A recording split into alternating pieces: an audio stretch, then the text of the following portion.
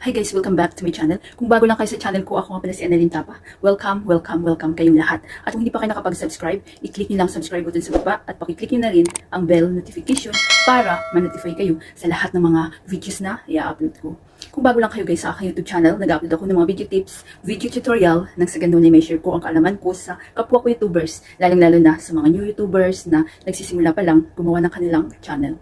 Hi guys, kamusta na kayong lahat? So sa video na ito guys, isi-share ko sa inyo kung paano ba mag-add ng typing effect sa CapCut.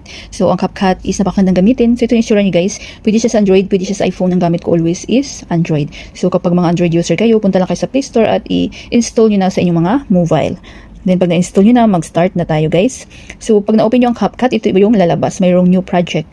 I-click yung new project. Then, so hanggang saan ba yung words nyo? So dapat hanggang doon lang din ang inyong effect na typewriter, diba? So, click nyo lang dyan, hanapin nyo ang split, then delete. Ayan.